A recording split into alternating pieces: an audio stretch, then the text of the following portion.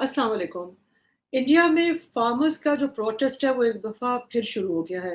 पहला प्रोटेस्ट 2020 और 21 में हुआ था जिसमें लगभग 750 लोगों की मौत हुई थी। ये जो एदाद-ओ-शुमार मैं आपको बता रही हूँ ये मैंने अल जज़ीरा से ली है और उसका लिंक भी मैं डिस्क्रिप्शन में दे दूँगी ताकि उसको टैली करने में आपके लिए आसानी हो। इस बार एक बार फिर ये जो प्रोटेस्ट है अगर इसको देखा जाए ये वही प्रोटेस्ट है, उसकी आप समझ लें कि एक एक्सटेंशन है जो 2020 और 21 में प्रोटेस्ट हुआ था। इसी प्रोटेस्ट के हवाले से कि ये दोबारा से प्रोटेस्ट क्यों स्टार्ट हुआ है?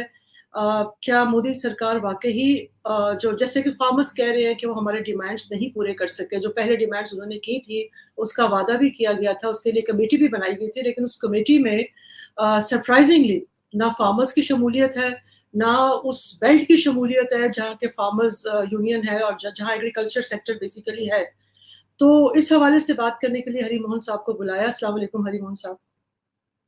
Hello thank you ma'am. And how are नहीं, इट्स ओके। वालेकुम अस्सलाम। हमें बोलने में कोई प्रॉब्लम नहीं है। यू? मेंटली काफी ज्यादा रहता है। मेरे बहुत सारे फ्रेंड्स हैं, वो नमस्ते जी, राम जी। राम कर रहे होते हैं, हम वालेकुम अस्सलाम कर जी, रहे होते जी, हैं। ऐसी जी, कोई जी। प्रॉब्लम नहीं होती। बात है। देखिए अ, मैडम, मैं फैक्चुअली थोड़ा सा ठीक करना चाहूंगा जो भी आपने क्वेश्चन पूछा है। हुँ, हुँ, पहली बात, मोदी सरकार उनकी डिमांड्स पूरी नहीं कर पाई, हुँ, ऐसा नहीं है। ऐसा नहीं है कि मैं कोई बीजेपी गवर्नमेंट का यहाँ प्रवक्ता हूँ या कुछ भी। देखिए क्या होता है, अभी 2024 में इलेक्शन है। हुँ, हुँ, अब 24 में इलेक्शन आपके यहाँ भी हुए थे कुछ दिन पहले, 8 फरवरी को। और हुँ, अब हुँ, हमारे यहाँ अभी जैसे ही वो कोड ऑफ कंडक्ट लग जाएगा तो अगले 2-3 महीने में, 3 महीने तक हमारे यहाँ जब तक रिजल्ट नहीं आ जाएगा तब तक इलेक्शन का माहौल रहेगा। और क्योंकि अलग अलग फेजेस में वोट्स पड़ते हैं तो अलग अलग फेजेस में बहुत काफी ज्यादा मेहनत होती है, भागा दौड़ी होती है। तो उसमें क्या किया जाता है कि एक 1.5 महीना 1 महीना 1.5 महीने तक हमारा पूरा का पूरा प्रोसेस चलेगा। हुँ, हुँ, अब जैसे हमारे आपके यहाँ क्या होता था, आपने देखा होगा, जैसे ही इलेक्शंस आ रहे थे तो एकदम से आप ही का शायद एक फैक्ट है कि 1 महीने में 42 टाइम्स ब्लास्ट हो गए, अटैक हो गए और बहुत सारे वायलेंस हो गया। जी, हमारे यहाँ यस। वायलेंस नहीं होता, लेकिन हमारे यहाँ ये प्रोटेस्ट होते हैं। आप देखेंगे एकदम से हमारी कंट्री में बहुत सारे प्रोटेस्ट्स बढ़ गए हैं। ये यस। एक प्रोटेस्ट जो है वो थोड़ा एग्रेसिव ज्यादा है, थोड़ा सा वायलेंट दिख रहा है, क्योंकि बैरिकेड्स तोड़ रहे हैं, पुलिस वाले उनके ऊपर आंसू गैस के गोले चला रहे हैं। अदरवाइज सिर्फ ये नहीं है, बहुत सारे जो क्या नाम है ओल्ड पेंशन स्कीम के जो स्कॉलर जो सपोर्ट करने वाले हैं वो इस टाइम पर डिमांड कर रहे हैं कि हमें ओल्ड पेंशन स्कीम चाहिए। रिजर्वेशन से रिलेटेड डिमांड्स उठ जाती हैं और बहुत सारी अलग अलग जगह पर डिमांड्स उठती हैं। अब मामला यही है कि अल्टीमेटली ये जो डिमांड्स हैं ये बाकी सारी डिमांड्स के ऊपर ध्यान नहीं गया, क्योंकि वो पीसफुली है ही जाती हैं। मिनिस्टर वगैरह उनसे बातचीत करते हैं, डील फिक्स हो जाती है कि ठीक है यार, इलेक्शन के बाद ये कानून पास कर देंगे, ये एग्रीमेंट कर देते हैं, ये बढ़ा देंगे, ये घटा देंगे, जो आप चाहते हैं हो जाएगा, इट्स ओके। तो डिमांड्स खत्म हो जाती है। हुँ, या फिर यूं कहें वो धरना प्रदर्शन या प्रोटेस्ट जो है वो खत्म हो जाता है। ये जो प्रोटेस्ट है ना मैडम, हुँ, हुँ, इस प्रोटेस्ट को अगर आप सिर्फ पीसेंट प्रोटेस्ट कहेंगे तो मुझे लगता है थोड़ा सा मामला खराब रहेगा। ये सिर्फ पीसेंट प्रोटेस्ट नहीं था। हुँ, हुँ, ये पीसेंट्स का अगर आप डिमांड देखेंगे, अच्छा चलो पहले एक बार डिमांड के ऊपर डिस्कस कर लेते हैं। जी, ये कह रहे हैं कि minimum support price all crops उनका फिक्स होना चाहिए। अब मुझे एक बात बताइए मैडम, 50 बल्कि उन्होंने जितनी ये भी, भी कहा कि हाँ, जो आपकी कॉस्ट ऑफ प्रोडक्शन है उसका उसका 50% हायर 50%, C2+50, मैं वही चीज कह रहा हूं, एमएसपी फिक्स करो और वो भी C2+50। अच्छा मैम, मुझे पहला मेरे को कोई भी एक बिजनेस बताइए जिसमें 50% एश्योर्ड रिटर्न हो। बिल्कुल ऐसे ही है। नो दैट्स नॉट कौन सा है? पॉसिबल। Sure, no. पॉसिबल ही नहीं है। अच्छा ठीक है। दूसरा मैम, ये डिमांड की गई है हमारे यहां कि आप क्रॉप इंश्योरेंस लेके आए, उस इंश्योरेंस की जो इंस्टॉलमेंट है वो भी गवर्नमेंट भरेगी, और क्रॉप अगर खराब हो गई तो उसका पैसे भी गवर्नमेंट देगी। अच्छा मुझे ये बताइए, इंश्योरेंस, इसका मतलब किसान कह रहा है कि पहली बात तो मैं प्रोडक्शन करूं। अब इंश्योरेंस किस हिसाब से होगा? इंश्योरेंस इस हिसाब से होगा कि जितना प्रोडक्शन हो सकता था उसका रेट दे दो। इसका मतलब ये कि पहले C2+50 यानी 50% रिटर्न की गारंटी दो, फर्स्ट। सेकंड, रिटर्न की गारंटी के बाद मैं अगर खेती ना भी करूं या जानबूझकर वो खेती खराब हो जाए तो आपने क्योंकि इंश्योरेंस कर रखा है तो मुझे इंश्योरेंस दो। Very good. अब इसके बाद तीसरा देखिए, तीसरा कहता है कि अगर किसान बूढ़ा हो गया, 58 क्रॉस करता है, तो 10,000 रुपीज पर मंथ उसकी सैलरी बांधो, एक तरीके की पेंशन दे दो। Madam 10,000 rupees per month, very good. यानी आपने पूरा साल, आप एक बिजनेसमैन है, पहली बात खेती का रेट फिक्स करो, उसके बाद अगर मैं नहीं भी खेती करूंगा तो मुझे इंश्योरेंस दो, और उसके बाद अगर मैं बूढ़ा हो जाऊंगा तो 10,000 पर मंथ मुझे पैसे दो। Very good. अच्छा, आप खुद, अभी उसमें मैं बता रहा हूं बहुत सारी चीजें। यस, आप बताइए। वो कह रहे हैं कि जो डेट है जो किसानों उस पे मैं आ रहा हूं, उस पे भी आ रहा हूं मैडम, उस पे। अच्छा, इसके बाद एक तीसरा काम और कहा कि देखो ये तो वो काम हो गया जिसके पास जमीन है, जमीन जिसके पास है, अब कम है ज्यादा है वो बात की बात है, जमीन है तो ये डेट मुझे, मतलब ये जो पार्ट है ये मुझे दो, मुझे इतना पैसा दो। अब उसके बाद क्या है कि जिसके पास जमीन नहीं है उसको साल में 200 दिन, 200 डेज, साल में 200 दिन गारंटीड काम गवर्नमेंट देगी, और पर डे 700 रुपीज की जो दिहाड़ी है वो देगी। मैडम कैन यू इमेजिन, 200 दिन तो आदमी फैक्ट्री में या बाहर काम क्यों करेगा, उसको सरकार से का पैसा मिल रहा है बहुत, और उसके बाद 700 रुपए एक बहुत अच्छा अमाउंट होता है, वो सारे का सारा 700 रुपए अमाउंट अगर आप किसान को दे देंगे तो वेरी गुड। तो उसके बाद हमारा पूरा लेबर फोर्स कहां जाएगी, वो तो गांव में आराम से बैठकर एंजॉय करेगी, वो काम ही नहीं करेगी। ठीक है ना। अब तीसरी बात, अब आपने जो डेट का बताया ना मैडम, डेट, मैं हरियाणा से बिलोंग करता हूं, हमारे यहाँ खेती बाड़ी बहुत होती है, गांव का जो बनिया होता है ना, बनिया, जैसे आप लोग भी बनिया वर्ड यूज करते हैं शायद, बनिया जो होता है वो क्या काम करता है, वो पूरे गांव को थोड़ा ज्यादा लोन दिए रखता है, बेटी की शादी है लोन ले ले, मर गया है पैसे ले ले, कुछ भी लग गया पैसे ले ले, और उल्टे सीधे ब्याज के ऊपर पैसे देता रहता है।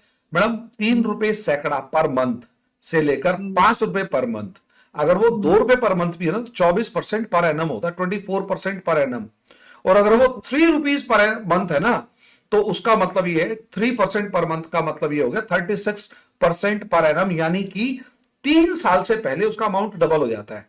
अब लोन का खेल ये है, नॉर्मली क्या होता है कि पीजेंट्स जो किसान जो हैं उनको बैंक से लोन कम, वो किसान जो है वो बैंक से कम लोन लेता है, जो सूदखोर है उससे लोन ज्यादा लेता है। और मजे की बात, मैक्सिमम केसेस में देखा गया है कि वो जो सूदखोर है उसने अलग अलग जमीनों के नाम पर खुद लोन ले रखा होता है, यानी बैंक से लोन लेगा 5%, 4% पर एनम, एक साल के 4% पे लोन लेके किसानों को 36% पर लोन में वापस देता है।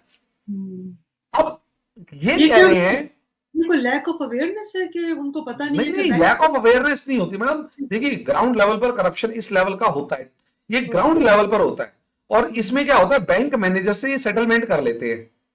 अच्छा। अभी उसमें भी एक केस बताता हूं अभी। अब हुआ ये होता ये है कि उस बैंक के लोन, अब मान लिया बैंक ने लोन माफ कर दिया, पहले होते रहे हैं, हुआ ये कि बैंक ने लोन माफ कर दिया तो लोन माफ के पीजेंट का तो होगा नहीं, ये जो सूदखोर है जिसने 2-2 करोड़ रुपए लोन ले रखा होता है इसका लोन माफ हो जाएगा, लेकिन ये 1 रुपया भी पीजेंट यानी किसान का माफ नहीं करेगा। अब बताओ लोन माफ, चलो डेट वेविंग हो जाएगी। अच्छा, दूसरी बात मैडम, एक छोटा सा लॉ होता है जिसमें अगर आप एक बार लोन माफ करवा लेते तो दोबारा जिंदगी में आपको उस जमीन पर लोन नहीं मिलेगा। हाँ, ओके। अब आप मुझे बताइए, अगर बैंक से लोन ही नहीं मिलेगा, आपने तो किसान को लाचार कर दिया, वो लोन ही नहीं मिलेगा। ऐसा होता है, शुरू में क्या हुआ है, 2-3 बार लोन माफ हुए हैं, और जब 2-3 बार लोन माफ हुए हैं तो उन जमीनों पर लोन मिलने बंद हो गए हैं। अब किसान के रास्ते बंद हो गए, किसान के जब रास्ते बंद हो गए तो वो जो सूदखोर था सिर्फ वो लोन ले पा रहा है, बाकी सबके लोन मिलने बंद हो गए, तो वो सारे किस पर डिपेंडेंट हो जाएंगे, सूदखोर के ऊपर। अब ये प्रॉब्लम आ रही है, और इस चीज का तो कोई, अब इस चीज को किसान को समझाने जाते हैं तो आज आप इस पीजेंट मूवमेंट का एक और पार्ट आपको आप देखेंगे, इसमें सारे किसान पंजाब से हैं जी, वो हरियाणा का किसान ज्यादा सा नहीं मिलेगा। हमारे गांव वालों तो लठ मार के भगा लेते हैं कि दफा यहां से, हमारे को कोई प्रॉब्लम नहीं है गवर्नमेंट से। हरियाणा वालों ने राजस्थान में, एमपी में, यूपी में सबने मार के भगा दिया। नहीं, उसके साथ इस वक्त उत्तर प्रदेश से भी है, हरियाणा से भी है। मैडम बता रहा हूं अभी उत्तर प्रदेश वाला मामला क्या है, वो कह रहे हैं हरियाणा का जो है ना, नहीं, सुनिए, हरियाणा का जो किसान है वो कांग्रेस का कार्यकर्ता है सिर्फ। अगर आप उस रिकॉर्ड को उठाकर देखेंगे, मैं आपको, अगर आप कहेंगे तो मैं फोटो शेयर कर सकता हूं। उस फोटो में क्या है, बहादुरगढ़ की जो इंडस्ट्रीज हैं और बहादुरगढ़ शहर की जो यूनियंस हैं, किसान यूनियन, उन्होंने कहा आप हमारे घर में नहीं घुसेंगे। रोहतक के किसान यूनियन ने साफ कह दिया आप हमारे एरिया में नहीं घुसेंगे। सोनीपत, पानीपत, करनाल, कुरुक्षेत्र ने कहा है हाईवे पे हो, हाईवे पे रहो, हमारे गांव में नहीं आ जाओगे, गांव में आ गए तो अच्छा नहीं होगा। अभी तो लड़ाइयां यहां शुरू होती है हमारे यहाँ, क्या होगा। और जो यूपी किसान है ना, यूपी का किसान इनमें सबसे ज्यादा स्मार्ट है। आपको पता है पिछले बार वाला जो राकेश टिकैत नाम का एक लीडर होता था, उसमें क्या होता था, राकेश टिकैत का मामला, कि सबसे बड़ा लीडर वो बन रहा था किसानों का, उसके आसपास उसका पूरा बेल्ट वेस्टर्न यूपी है। उम्मीद ये थी कि जितनी तगड़े तरीके से, जितने बड़े लेवल पर उत्तर मतलब टिकैत को सपोर्ट मिला था पीजेंट्स का, और बीजेपी को सीटें नहीं मिलनी थी उत्तर प्रदेश में, और इनके पास थी अप्रोक्सीमेट 30 सीट्स। आप मानेंगे 30 में से 29 सीट्स जाटों ने बीजेपी को दी है, 29 सीट्स। अब उनसे पूछा यार तुम तो इसका अपोज कर रहे थे, तुमने जिता दिया, कि हाँ अपोज इसलिए कर रहे थे कि हमारे को मिल जाए, क्या बुरा है, कुछ कंसेशंस मिल जाए, क्या बुरा है। तो वोट इसको क्यों किया कि इसी को वोट करना था, बाकी तो किसी को करना ही नहीं था। दिस वाज द मैनर कि बात करने का तरीका ये कि वोट तो इसी को देंगे, लेकिन डरा के भी रखेंगे कि काम करके जा, हमारे को पैसे चाहिए। तो ये जो पीजेंट आप देख रहे हैं ना मैडम, इसको आप सिर्फ अगर देखेंगे तो यहाँ, और सबके ऑब्जेक्टिव अलग है, सबके ऑब्जेक्टिव अलग है। गन्ना किसान सिर्फ ये चाहता है, वेस्टर्न यूपी का गन्ना किसान, वो ये चाहता है मेरे गन्ने की कीमत बढ़ जाए, बस मेरे गन्ने के कीमत बढ़ जाए। और मैडम जो गन्ने का हमारे यहाँ एक बिजनेस होता है ना, 1 एकड़ के ऊपर 4 से 5 लाख रुपए का गन्ना होता है। अच्छा। और एक बार में नहीं, 3 बार में होता है। और इन लोगों के साथ प्रॉब्लम क्या होती है कि 1-1 एकड़ का गन्ना जो है वो जो गांव मतलब बाहर बिकता है, मतलब फैक्ट्री के अंदर जाता है, चीनी की मिल के अंदर जाता है मैम, उस शुगर मिल के अंदर, उसके साथ क्या होता है कि 5-5 साल तक इनकी पेमेंट अटकी हुई होती है। हर जगह भी। जब भी इलेक्शन आता है ये लोग गवर्नमेंट की गर्दन दबाते हैं और वो पेमेंट निकलवा लेते हैं। जब भी आप देखेंगे पीजेंट मूवमेंट होगा, सबसे पहले ये लोग सड़कों पे आएंगे कि हम वोट नहीं करेंगे। एक चीज बताएं, हाँ। जो बीजेपी गवर्नमेंट ने जो लॉज बनाए थे, जो 3 लॉज थे, जिसमें से एक लॉ, अच्छा बज़ाहिर अगर मैं पढ़ूं उस लॉ को, तो मुझे तो बिल्कुल सही लगता है कि यार गवर्नमेंट सपोर्ट प्राइस जो है उसको ना डिटरमिन करे, बल्कि मार्केट डिटरमिन करे, और एक आड़तिया जो है वो आपसे खरीदे, और उससे आप जब डिमांड एंड सप्लाई के हिसाब से चीजों की प्राइस को डिटरमिन करे। इससे ये होता कि ज्यादा कमाया जाता, मेरा ख्याल है फार्मर्स को ज्यादा फायदा होता। उनको कैसे लगा कि ये कॉर्पोरेशंस जो हैं या मल्टीनेशनल है उनको फायदा हो जाएगा, ये मिसअंडरस्टैंडिंग। और उनके मतलब I want you to make me understand और make us understand from the perspective of the farmer कि वो क्या समझा है इस पूरे लॉ को, और ये फिर उसके अंदर क्यों वो बज़ाहिर तो ये बड़े, मैं पहले दिन से कह रहा हूँ, अभी जब से अभी आया हूँ, वो कहते हैं जी वर्ल्ड ट्रेड ऑर्गेनाइजेशन से भी बाहर निकल आए।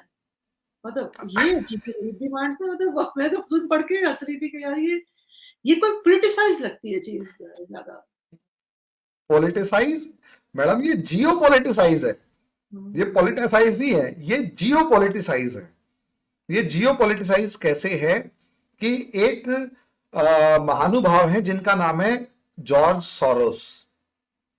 अगर आप जानते हो, मुझे ऐसा लगता है कि आप अवेयर होंगे क्योंकि आप जियो पॉलिटिक्स के ऊपर बहुत अच्छा लिखते हैं। तो जॉर्ज सोरोस का एक स्टेटमेंट था जिसके बारे में हमारे फॉरेन मिनिस्टर ने भी कहा था, डॉक्टर एस जयशंकर ने, कि old but vicious, old deadly and vicious, इस तरीके का स्टेटमेंट अगर डॉक्टर एस जयशंकर किसी बंदे के बारे में दे रहे हो तो वो बंदा कौन है? वो है जॉर्ज सोरोस।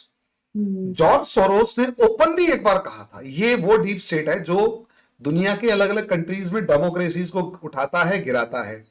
आपकी कंट्री में अभी जो बवाल मचा है ना मैडम, उस बवाल के पीछे अगर उठाकर देखोगे तो एक विक्टोरिया न्यूलैंड नाम की लेडी का नाम आता है। वो जो विक्टोरिया न्यूलैंड का फूफा लगता है जॉर्ज सोरोस। अगर आप वैसे देखें, फूफा इन द सेंस एक्टिविटीज के अंदर बहुत खतरनाक है वो। मैं उसे एज अ एडजेक्टिव की फॉर्म में बता रहा हूं, नॉट एज अ रिलेशन की फॉर्म में। तो अच्छा। इस लेवल का खतरनाक है। और वो बंदा अगर खड़ा होकर किसी जलसे के अंदर या किसी एक सेमिनार के अंदर कह रहा हो कि we can't tolerate governments like Modi in India, can you imagine? ये एक ओपन स्टेटमेंट है और आप गूगल पे सर्च करेंगे आपको मिलेगी। मैडम, अमेरिका में बैठा हुआ एक बंदा ये कह रहा है कि मोदी जैसी सरकार को हम इंडिया में बर्दाश्त नहीं कर सकते। Can you imagine? बर्दाश्त नहीं कर सकते। क्या लेवल होगा सोच का? ये जो शब्द है ना, ये असलियत में कब आए थे?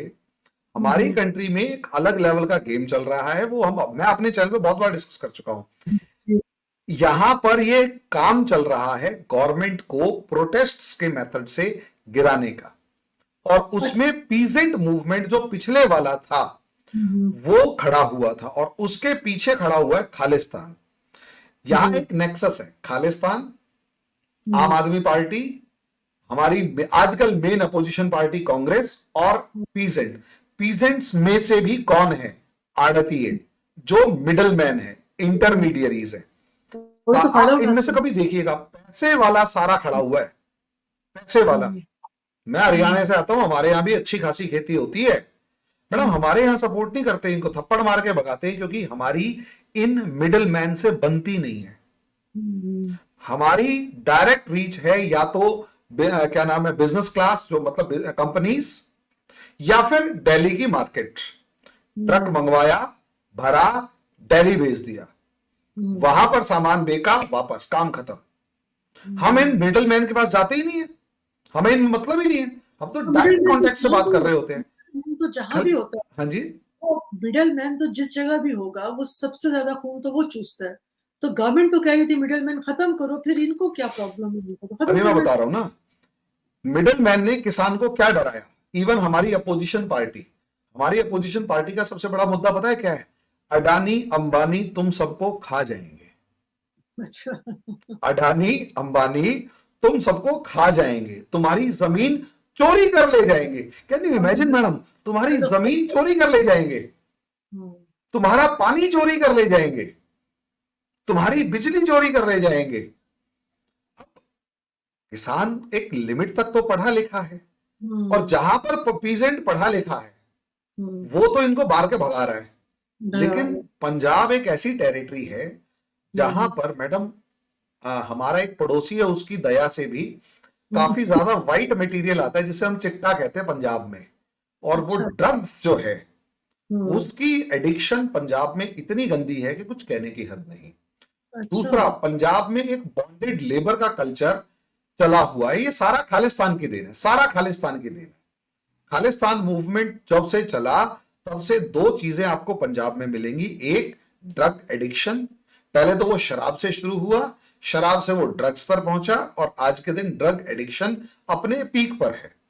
दूसरा, खालिस्तान मूवमेंट जो रूट लेवल पर अभी भी मौजूद है। गवर्नमेंट के साथ प्रॉब्लम यह है कि गवर्नमेंट ने लीडर्स खत्म कर दिए, लोकल कार्डर खत्म कर दिया, लेकिन जो कॉमन मैन माइंडसेट है ना खालिस्तान का, वो अभी खत्म नहीं हुआ है।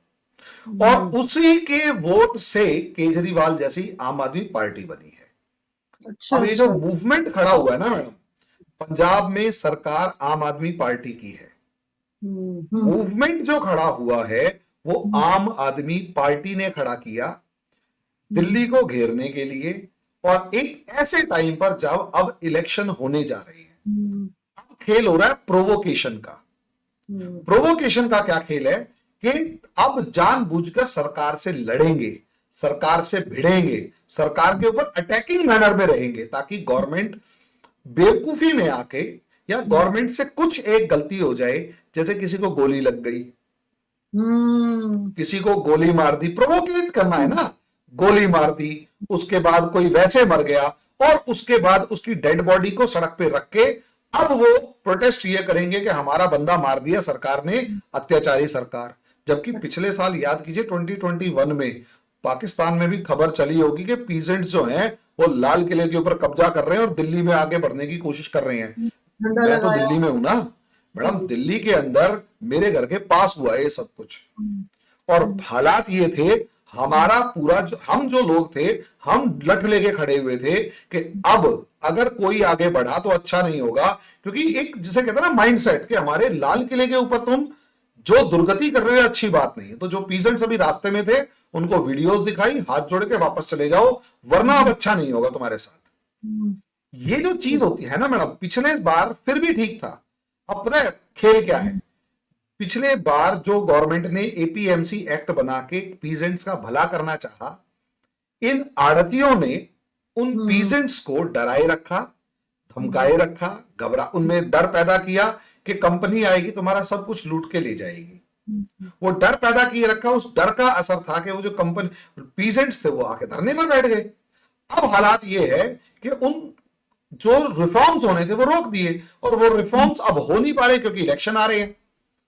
अब ये दोबारा लट लेके चढ़े हुए हैं कि तुम हमारी मांगे पूरी करो वरना अच्छा नहीं होगा। ये मांगे, ये डिमांड्स इम्प्रैक्टिकल है, तो आप भी मानते हो। डब्ल्यूटीओ से बाहर निकल जाना कौन सी डिमांड है? आप पाकिस्तान में बैठ के इच्छा कर रहे होगे यार हम डब्ल्यूटीओ से प्रॉफिट कमा सके। हम ख्वाहिश करते हैं, यकीन करें, तो जो मैंने ये डिमांड्स पढ़ी कि हमारी सरकार भी इस तरह की कोई डिमांड्स उनकी, क्योंकि जो at the end of the day देखें, जो किसान होता है ना, जो छोटा किसान होता है खास तौर पर, वो तो पिसा हुआ होता है, और वो बाज़ औक़ात बड़े किसान की मरहून मिन्नत होता है।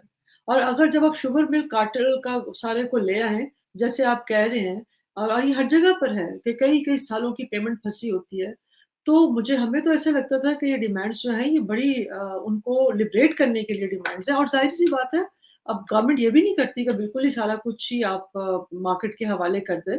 कहीं न कहीं गवर्नमेंट की इंटरवेंशन जो है वो कहीं न कहीं रहती है। ऐसा भी नहीं होना था कि ना हो। लेकिन एक चीज़ आप मुझे बताएँ, ये जो स्पोर्ट प्राइस को पाकिस्तान में भी इसके बारे में होता है कि फिक्स कर दें, फिक्स कर दें, फिक्स कर दें। इसको थोड़ा बताएँगे कि इसका ये दुनिया भर में ऐसा ही है? बाहर के जो सिविलाइज़्ड मुल्कों में है, या ये इसको छोड़ देना चाहिए मैकेनिज़्म के ऊपर? कुछ थोड़ा-सा शायद इधर भी कोई रहनुमाई हो कि यहाँ भी उसके ऊपर काफ़ी वेस्ट बोला जाता में तो देखिए, मुझे जहां तक पता है वेस्ट में तो मिनिमम सपोर्ट प्राइस नाम की कोई चीज नहीं है। है। और ये एमएसपी आई भी कब थी? ये एमएसपी तब आई थी जब ग्रीन रेवोल्यूशन इंडिया में स्टार्ट हुआ था और सब्जी मंडी स्टार्ट हुई थी, मंडी स्टार्ट हुई थी। और गवर्नमेंट ने ये कहा कि हम भी आपके जो ग्रेन्स है उसके बायर हैं, और गवर्नमेंट को इससे फायदा भी हो रहा था एक तरफ। तो अब अच्छा, आपको पता है हम ये एमएसपी से जो ग्रेन्स खरीदते हैं उसका बजट कितना है? I don't know. Approximate 10 lakh crore rupees सिर्फ इसका बजट है, जो कि ये अलग अलग लेवल पर ये जो ग्रेन्स वगैरह खरीदते हैं। और ये ग्रेन्स अब जैसे किसी को सस्ता इजिप्ट को भेजना है, अफ्रीकन कंट्रीज को भेजना, आधे से ज्यादा तो ये बांटने में चला जाता है, और सारा ग्रेन्स बांटने में जाता है मैक्सिमम। ये फैक्चुअली थोड़ा ऊपर नीचे हो सकता है, लेकिन ये पक्का है कि हमारे बहुत सारा ग्रेन जो बड़ी सबसे बड़ी बायर, अगर वीट की, राइस की, बहुत सारी पल्सेस की, बहुत सारी चीजों की अगर कोई बायर है तो वो है गवर्नमेंट। इससे बेनिफिट क्या होता है कि हम एक सेल्फ रिलायंट है।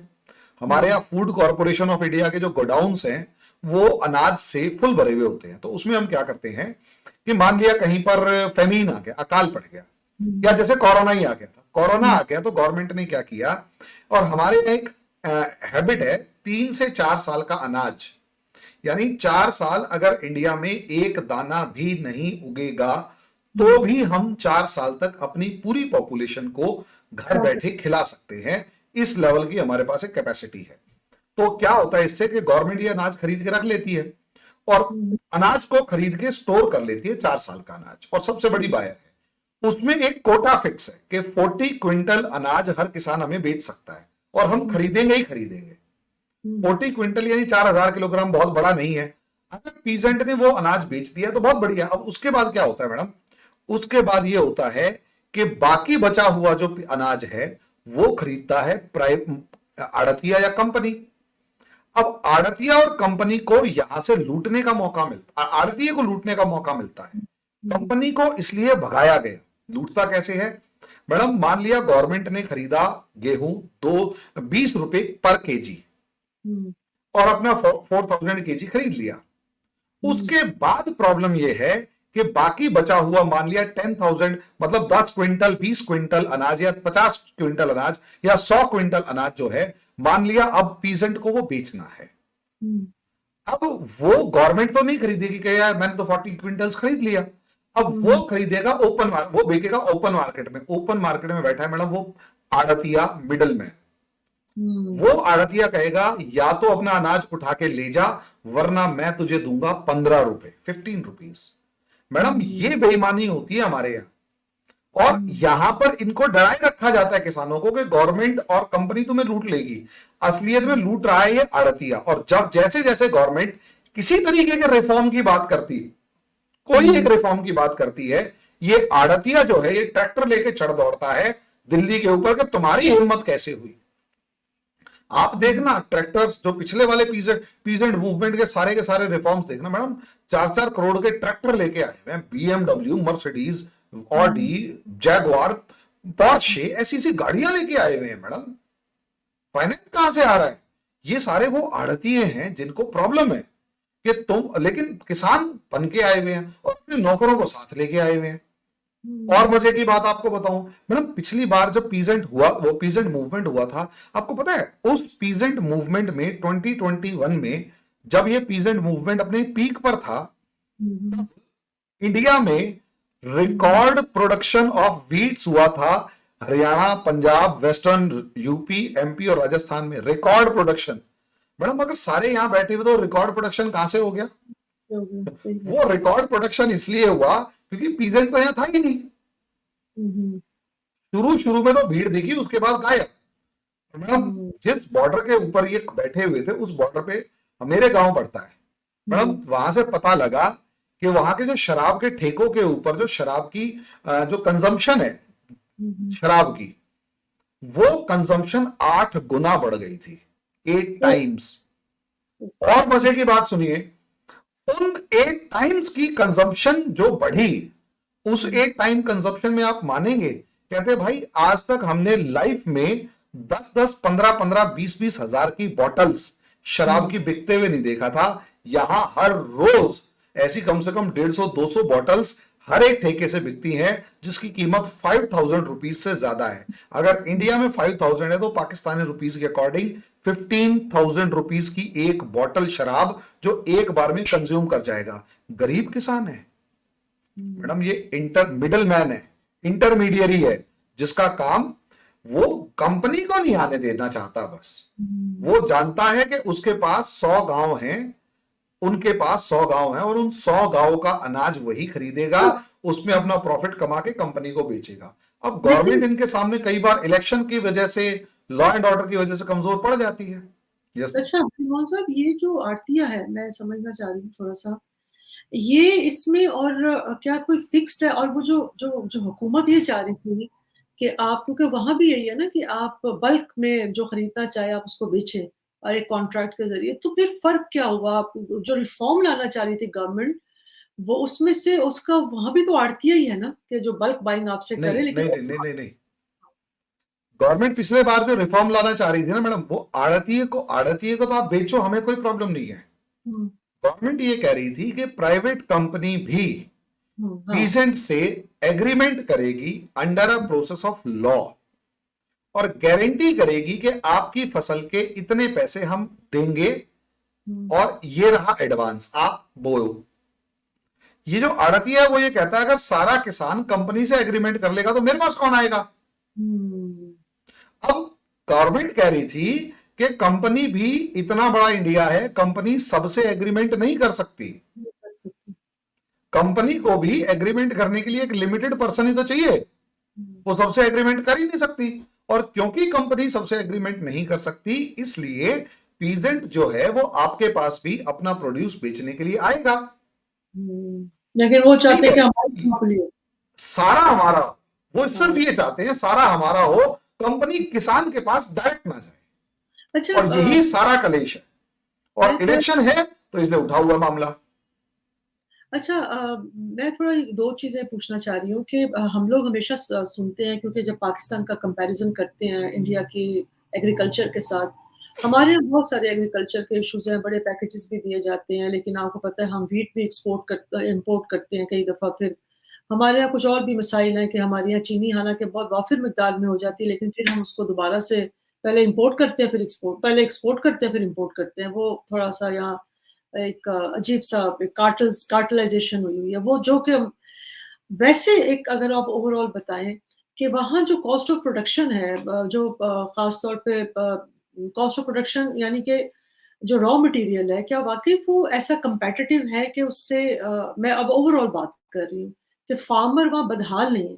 ये बात ज़रा थोड़ी-सी आप मुझे बताएँ कि फार्मर इसके अलावा ये जो अभी प्रोटेस्ट हुए हैं या सब है, अब जनरली क्या कंडीशन है फार्मर की वहाँ इंडिया में? देखिए मैडम, कई बार क्या होता है ना, खाते पीते लोग ज्यादा रोते हैं। हुँ। ये एक होता है। बच्चा होगा तो वो भूखा रोएगा, लेकिन खाते पीते लोग ज्यादा रोते हैं। रीजन उसका ये है, क्योंकि देखिए एक पढ़ा लिखा है, समझदार है, उसे पता है हुँ, कि उसके हुँ, पास 2-3 इनकम है, 4 हुँ, इनकम है। हुँ, हमारे यहाँ जैसे आपके यहाँ भी ये ट्रेडिशन शायद होगा कि पीजेंट है, पीजेंट के घर में 8-10 गायें भैंसें बंधी हुई है, वो दूध का भी काम कर रहा है। उसके बाद उसका 4 लड़के हैं, तो 4 में से कम 3 तो शहर जाकर काम कर रहे हैं, तो वहां से हुँ, भी एक सोर्स ऑफ इनकम है। तो हुँ, लगातार कुछ ना कुछ बना रहता है। अब हुँ, देखिए, खुशहाल का क्राइटेरिया क्या है मुझे नहीं पता, लेकिन हाँ इतना पता है भूखा कोई नहीं सोता। हुँ, ना ही हमारे यहाँ मतलब खाने पीने की, देखिए एक बेसिक नेसेसिटी तो गवर्नमेंट पूरी कर देती है कि हुँ, अगर आपको अनाज चाहिए तो शायद 1 रुपए किलो अनाज कुछ ऐसा है। अब आजकल तो अन्नपूर्णा योजना उसमें फ्री में जा रहा है कि हुँ, आपको बस अपना आधार कार्ड नंबर बताना है और उसके बाद आपको अनाज और बहुत सारी चीजें वो फ्री में मिल जाएंगी। नहीं भी तो 1 रुपया किलो गेहूं है, शायद 2 रुपए किलो चावल है, या 1 रुपए किलो चावल है, 2 रुपए किलो कुछ ऐसा है।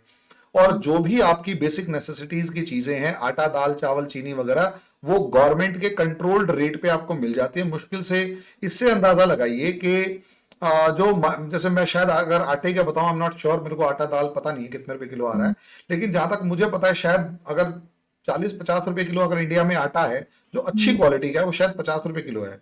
अच्छा, तो अच्छी क्वालिटी का जो आटा है वो अगर 50 रुपए किलो है, तो नॉर्मल आटा आपको 12-13-14 रुपए में बढ़िया खाने लायक मिल जाएगा, मिल जाएगा, जो बढ़िया आटा होगा, और हुँ। गवर्नमेंट उसको फ्री में दे रही है नहीं, या वो तो 1 रुपए सही में है। दे रही है। लेकिन जो जैसे इनपुट कॉस्ट होती है ना, मैं उसकी बात कर रही थी, जैसे सीड्स हैं, अच्छा पेस्टिसाइड है और इस तरह की जो चीज़ें हैं, मैं इसकी इसमें अब एग्जांपल दे रहा हूँ। हाँ, ये इसकी मैं बात कर रही थी क्योंकि देखिए ये क्या वहाँ सहूलत के साथ मिल जाते हैं? फिर ये भी है कि क्या जो सीड्स हैं क्योंकि उसके लिए रिसर्च इंस्टीट्यूशंस का होना बहुत ज़रूरी है कि अच्छा अच्छा सीड हो, अच्छा खाद हो। क्योंकि एक जगह मैं ये भी पढ़ रही थी कि उन्होंने मुतालबा ये भी किया है कि ये जो पेस्टिसाइड बनाने वाली कंपनियाँ हैं, इनको भी पता नहीं दूर करें, इन्होंने भी हमारे साथ बहुत ज़्यादती की हुई है। तो ये इनपुट कॉस्ट कितनी कंट्रोल की हुई है? वो वाक़ई कंट्रोल्ड है जिसकी वजह से अभी है या ना, हुँ, अभी एक वीडियो वायरल हो रखा था, एक किसान के बेटे ने वीडियो बनाया होगा हुँ, कि मोदी जी आप हमें पागल बना रहे हैं। अच्छा। कि क्यों? कि वो खाद का एक बोरी दिखाता है कि हुँ, इस पे लिखा है कि यह खाद की बोरी 2,000 रुपए की है, हुँ, लेकिन आपकी खाद के 1,760 रुपए गवर्नमेंट ने पे कर दिए, आपको ये अब 240 रुपए में मिलेगा। ओह! साफ वर्ड्स में हिंदी में लिखा हुआ है। अच्छा बस अब वो तो एक जोक कर रहा था, लेकिन हाँ, रियलिटी समझिए, वो एक जोक कर रहा था कि हाँ, मोदी जी मेरे से 30 रुपए फालतू ले लिए इसने, खाद वाले ने, हुँ, मैं 300 रुपए में क्यों लेके आऊं, 60 रुपए फालतू ले लिए, ये मेरे को 300 रुपए की बोरी मिली है। हुँ, आपने तो कहा 240 की, वो चोर है, 60 रुपए खा गया। कहता हुँ, लेकिन चलो ठीक है, उसने 60 रुपए खाए, ये हुँ, 1,760 रुपए तुमने मुझे तो दिए नहीं, किसको दिए? हुँ, तो हालांकि ये कंपनी को दिए।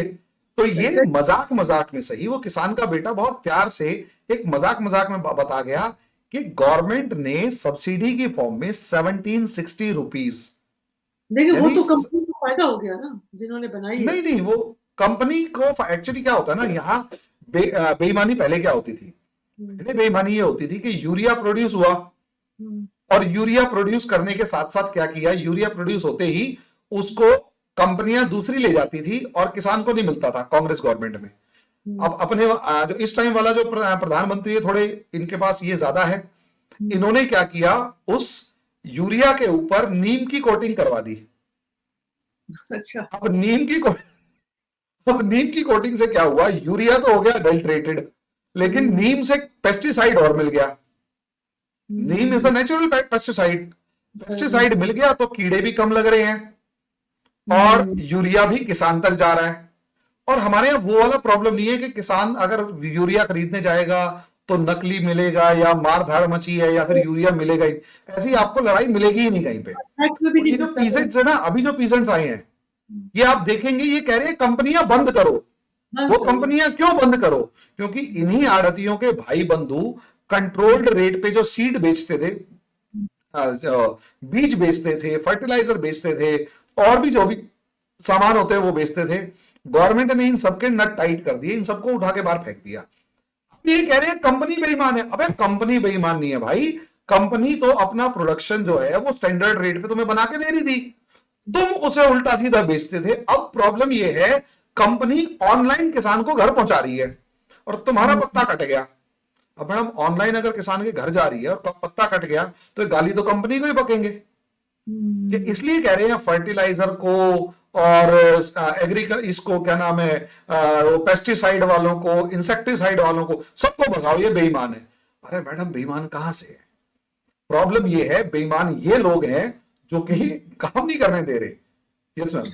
हरिमोहन साहब, अब इस वक्त जो सिचुएशन है, मैं उस पर डिस्कस नहीं करना चाहती कि आपको भी अभी भी लगता है कि खालिस्तान मूवमेंट वाले जो है इसको हाईजैक कर रहे हैं, अभी ये वाला प्रोटेस्ट भी वो हाईजैक उसको करेंगे, तो क्या ये लंबा चल सकता है? क्योंकि अभी तो इलेक्शन भी है। मैडम अभी मैं आपको वीडियो भेज सकता हूं, एक बंदा साफ कहता हुआ नजर आ रहा है, मोदी अभी बच के निकल गया था, अब की बार हाथी चढ़ गया तो बचेगा नहीं।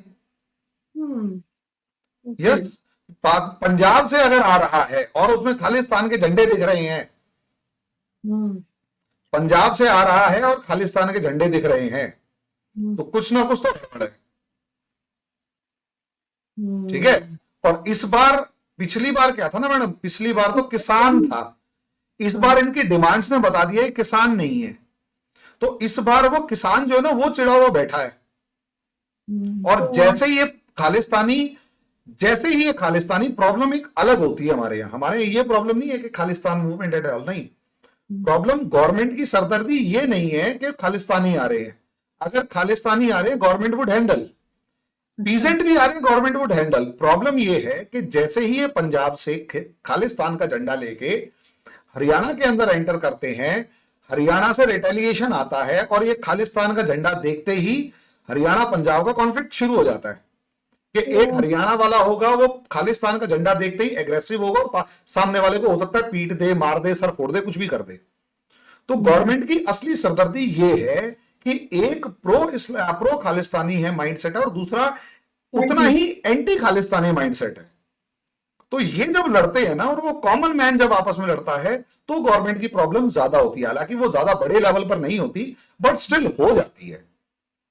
इसलिए भी, और हमारे यहां पर साफ पिछली बार वाली हालत देख के इस टाइम सबने मना कर दिया, हमारे यहां आपका स्वागत नहीं है, काम खत्म, तो ये हम तुम्हारे मूवमेंट को सपोर्ट नहीं करते। तो इवेंचुअली तो गवर्नमेंट सारी सब बैठ के ही मामला तय करती है, ये भी मामला तय बैठ कर तय हो जाएगा। लेकिन आई थिंक ये बिफोर इलेक्शन तो करना ही पड़ेगा ना, क्योंकि इसको देखो मैडम, इलेक्शन की बात ये है, ये जितना शोर मचाएंगे उतना ज्यादा वोट बीजेपी का ही बढ़ता है।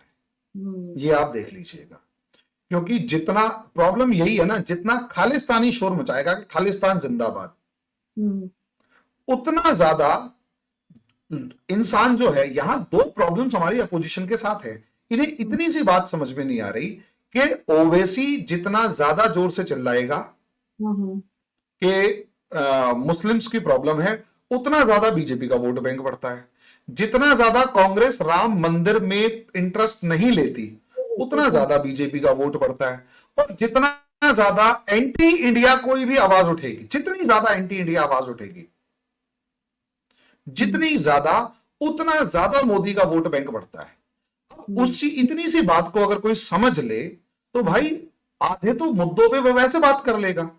लेकिन प्रॉब्लम क्या है, ये लोग थोड़ी सी बात करके मोदी के वोट बैंक बढ़ा देते हैं। और अब की बार देख लेना है, जितना खालिस्तान मूवमेंट दोबारा आएगा 400 पार जाना है। 545 में से 400 सीट अगर बीजेपी लेके जा रही है, तो अब बताओ वो कौन सी वाली पावर बन के आएगी और किस लेवल की पावर बन के आएगी।